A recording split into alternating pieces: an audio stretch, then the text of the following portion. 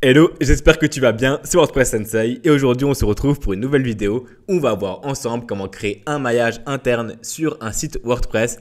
L'idée c'est de pouvoir l'optimiser au maximum pour le référencement et donc de gagner en visibilité. Tu vas voir que la technique est vraiment puissante, elle est très facile à mettre en place et on va pouvoir automatiser tout ça pour gagner du temps sur l'ajout de tes prochains contenus. Donc voilà, l'idée de cette vidéo, reste bien jusqu'au bout, je te donne un maximum de valeur pour augmenter la visibilité de ton site web. Si tu es nouveau ou nouvelle ici, le but de cette chaîne, c'est vraiment de te partager toutes mes connaissances sur WordPress gratuitement afin de t'aider à créer le site que tu souhaites ou tout simplement à te former sur cet outil pour proposer tes services éventuellement à des potentiels clients. Donc merci d'être de plus en plus nombreux, ça fait plaisir de voir que les vidéos servent à quelque chose. Si tu as des suggestions de vidéos, n'hésite pas à me les poser en commentaire ou à m'écrire directement via l'email qui se trouve dans la section à propos de la chaîne. J'ai également créé un Discord, tu peux nous rejoindre, le lien est dans la description et tu peux venir poser tes questions ici. Le but c'est de s'entraider. Voilà, parenthèse fermée. Là, l'idée, ça va être de pouvoir, dans cette vidéo, créer des liens entre ces contenus facilement. Donc, imaginons que j'ai 3 articles ici. J'ai créé 3 articles fictifs juste pour la vidéo. Et quand on va dans un article, tu vois qu'ici, actuellement, on n'a aucun lien dans le contenu. L'idée, c'est de pouvoir ajouter des liens automatiques entre les contenus des articles et même entre le contenu des pages. Là, je vais te le montrer pour les articles, mais tu peux le faire pour n'importe quel contenu de ton site web, même les produits. Et l'idée, ça va être d'ajouter des liens entre tes contenus afin d'être plus apprécié des moteurs de recherche et également d'augmenter l'expérience utilisateur, je sais jamais comment on dit.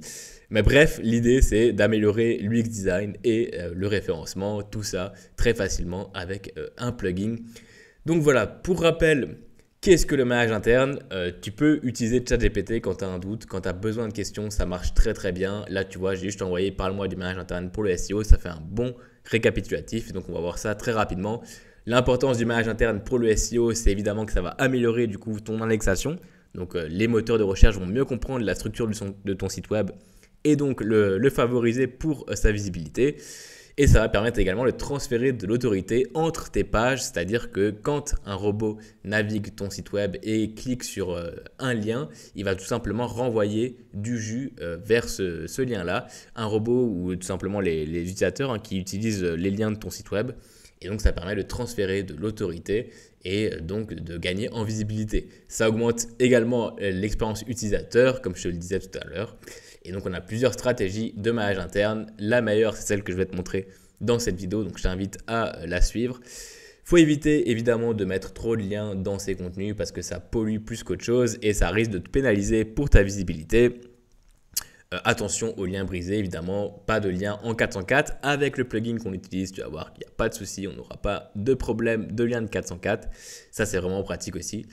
Et donc voilà, après, il te conseille également d'analyser un peu tous les retours que tu as et d'ajuster. Ça, c'est la base en référencement. Donc voilà. Donc cette vidéo, elle est sponsorisée par Hostinger. Si tu ne connais pas Hostinger, tout simplement. Un hébergeur qui va te permettre de mettre un site en ligne et avec un nom de domaine, que ce soit un WordPress ou autre d'ailleurs. Mais je te mets le lien en description. Si j'accepte leur partenariat, c'est parce que moi-même j'utilise leur service depuis des années maintenant et j'en suis très très satisfait. J'ai fait un paquet d'hébergeurs parce que ça fait un moment que je suis à mon compte en tant qu'expert WordPress et du coup je peux te garantir que Hostinger c'est vraiment le meilleur rapport qualité-prix et ils ont une interface qui est imbattable, qui est très intuitive et c'est vraiment agréable d'utiliser leur service. Donc c'est pour ça que j'accepte leur partenariat et de te partager leur service. Donc tu as 3 formules, la Premium, la Business et la Online Store. Personnellement, j'utilise la Online Store depuis maintenant quelques années. J'ai une 60aine de sites hébergés dessus et tout fonctionne très très bien. Donc la grosse différence, c'est qu'avec la Online Store, tu peux héberger jusqu'à 300 sites web. Avec la Business et la Premium, c'est jusqu'à 100 sites web, ce qui est déjà énorme. Et la différence entre les deux, c'est que la Business, tu auras des serveurs qui seront un tout petit peu plus performants et tu auras 200 Go de stockage, contrairement à 100 Go pour la Premium. Donc je te conseille la Premium si tu souhaites démarrer sur le web et lancer un petit projet. Je te conseille la Business si tu as déjà un petit e-commerce qui génère un peu de trafic ou que tu as plusieurs projets à lancer. Et la Online Store, c'est quand tu as une agence web où tu commences à avoir plusieurs clients ou plusieurs projets, une dizaine de sites web à héberger. La Online Store, elle est parfaite parce que tu as vraiment de l'espace de stockage et en plus des serveurs qui sont très très rapides. Le gros avantage avec ces 3 formules-là, c'est que tu as le nom de domaine offert la première année. c'est que tu as les serveurs qui tournent rapidement, tu as les sauvegardes qui sont effectuées quotidiennement ou hebdomadairement. Et Hostinger est très à jour avec l'IA, donc ça c'est aussi pratique si tu veux générer du contenu via l'IA. C'est un des seuls hébergeurs qui actuellement se met à jour à ce niveau-là, donc c'est plutôt agréable également. On va partir sur la business ici pour l'exemple. Tu cliques sur sélectionner une fois que tu as choisi ta formule. Et là, tu peux choisir entre une période de 1 mois ou 48 mois. Donc 48 mois, ça équivaut à 4 ans. Si tu sais que dans 4 ans, tu auras encore ton projet qui sera en ligne ou tout simplement que tu sais que tu vas être encore présent sur le web, je te conseille de partir directement sur 4 ans. C'est là où tu as la meilleure offre. Et donc, tu peux utiliser le code promo WP Sensei qui va t'ajouter 10% supplémentaire. Je te mets tous les liens en description. Et tu vois que là, pour 4 ans, on est à 170 €, ce qui est rien du tout. Ça fait même pas 50 € à l'année sur un plan où tu peux mettre jusqu'à 100 sites web dessus avec le nom de domaine offert la première année. Donc voilà, ça vaut vraiment le coup. Imbattable en termes de rapport qualité-prix. Donc je t'invite à checker ça. Je te mets tous les liens en description. Donc on va voir comment créer un maillage interne facilement sur WordPress. Donc je t'invite à aller dans l'onglet extension de WordPress comme d'habitude. Et là, tu vas taper Internal Link Juicer. C'est ce plugin-là qu'on va utiliser pour cette vidéo. Tu vas voir qu'il est très très puissant. Il est gratuit et il fait vraiment le taf. C'est selon moi le meilleur plugin pour ajouter du maillage interne sur ton site web. Donc une fois que tu as lancé la recherche, tu peux cliquer sur Installer maintenant. On va l'installer, on va l'activer et puis on va voir comment configurer tout ça très facilement. Donc tu l'actives. Et une fois que c'est activé, tu as un petit chemin de configuration. Tu peux le passer, hein, c'est juste pour t'expliquer un peu comment ça fonctionne. Et donc là, tu vois que tu as un nouvel onglet lien interne où là, tu peux configurer tout simplement le plugin. On va aller dans réglages directement et dans contenu. Et c'est là où tu vas pouvoir configurer vraiment tout simplement les réglages de base du plugin. En général, on n'aura pas grand chose d'intéressant et dans lien, pour le coup, on va voir ça tout à l'heure. Donc là, tu peux choisir à quelle page tu autorises le plugin de fonctionner. Donc là, typiquement, il le fait, enfin à quel contenu plutôt. Là, il le fait pour les articles et les pages. Si jamais tu as d'autres contenus, tu peux les ajouter également ici, d'autres types de publications. Et ensuite, tu peux choisir l'ordre des mots-clés que tu vas configurer. Donc là, on va passer directement sur un article, ça va être plus parlant. Donc là, j'ai créé 3 articles fictifs. Donc si je retourne sur mon blog ici, imaginons qu'on souhaite tout simplement créer un lien vers de cet article-là, ou de cet article-là plutôt vers les meilleurs plugins WordPress pour 2024. Tu vois que si je vais dedans, eh ben, il y a le mot-clé plugin qui apparaît quelque part sur notre article. Et donc, comment créer un lien? Alors, la première des solutions, ça serait aller dans modifier l'article et donc de créer un lien directement via le mot-clé plugin vers l'autre article, donc vers les meilleurs plugins WordPress pour 2024, parce que ça parle directement de ça. Alors, tu devrais le faire manuellement en sélectionnant le mot-clé et en ajoutant un lien. Sauf que si tu fais ça pour toutes tes pages, ça va te mettre un temps fou et ça va te demander un travail qui est quand même assez conséquent. Là, avec ce plugin-là, tu peux aller directement dans modifier l'article et tu peux ajouter ton mot-clé à droite. Ici, tu vois que tu as un nouvel onglet lien interne et là, tu peux du coup ajouter tes mots-clés personnalisés. Et donc là, comme ça parle des meilleurs plugins WordPress pour 2024, tu pourrais très bien mettre en mot-clé plugin. Donc tu écris le mot-clé, tu cliques sur entrée et tu vois que ça a ajouté un mot-clé plugin. Donc là, tu cliques sur enregistrer et là, automatiquement, c'est là où c'est très très fort, ça va te créer des liens sur tous les contenus où il y a le mot-clé plugin et ça va te renvoyer ce contenu-là. Ces liens-là vont te renvoyer vers cet article ici. Donc tu vois que c'est très très puissant. Là, si je vais sur mon article et que je retourne sur la page, que je descends un petit peu, donc là, si j'actualise la page, alors ça n'a pas pris en compte, j'ai peut-être du cache. Hop, donc si jamais tu as du cache, tu vas ici, tu fais une actualisation forcée, tu connais, voilà. Et là, tu vois qu'il y a un lien qui s'est ajouté automatiquement sur le mot-clé plugin. Et si je clique dessus, je suis automatiquement redirigé vers les meilleurs plugins WordPress pour 2024. Tu vois que c'est ultra puissant et ça va te le faire sur tous tes contenus, tes pages, tes articles, etc.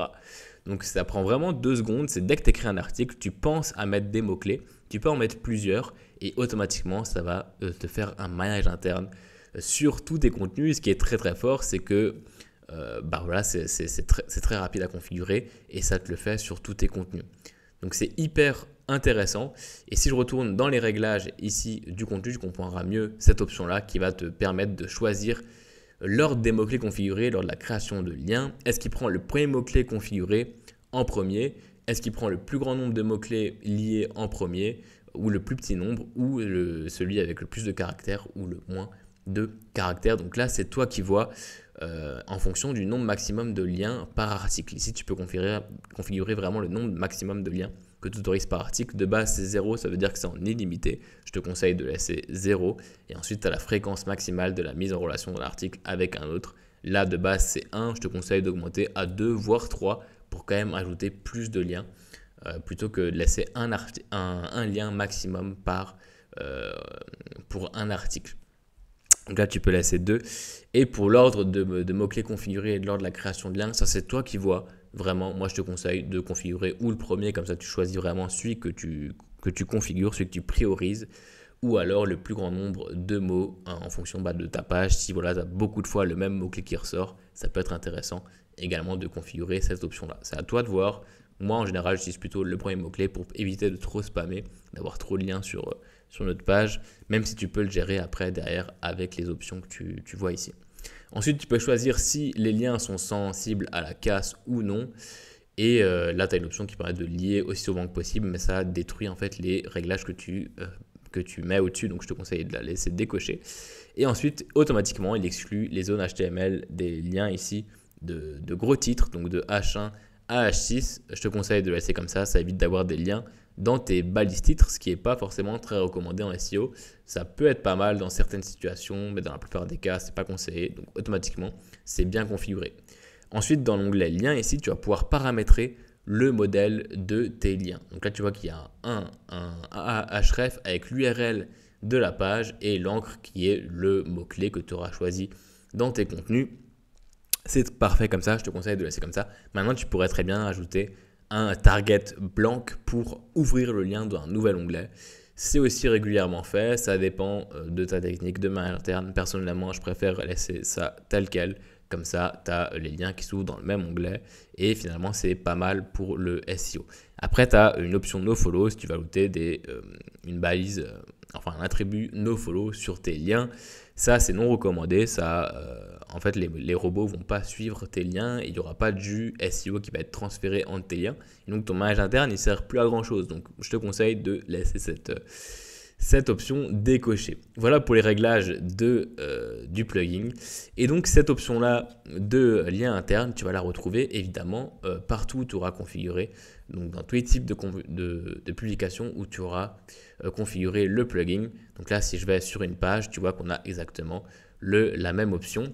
Et tu peux très bien configurer ce plugin-là pour les produits également. Donc, si tu retournes dans lien interne ici et dans réglages, tu pourrais ajouter en plus dans le contenu ici, par exemple, les produits WooCommerce. Et donc, tu auras l'option qui va s'afficher également sur les produits. Moi, je te conseille de le faire sur tous tes contenus. C'est vraiment pratique, ça prend quelques secondes. Et ensuite, tu vas sur tes contenus, tu configures tes mots-clés et ça va t'ajouter des liens partout sur ton site web en quelques clics. Donc, tu vois que c'est ultra puissant. Si je retourne ici dans les options de lien interne, tu peux choisir, comme dit, tes mots-clés ici. Et dans les settings, tu retrouves quelques options. Donc, voilà, tu peux aussi choisir des mots-clés qui ne linkent pas vers le contenu actuel. Donc, ça permet d'éviter tout simplement d'avoir trop de liens si jamais, en fonction des mots-clés que tu choisis et de tes articles, tu peux le faire ici.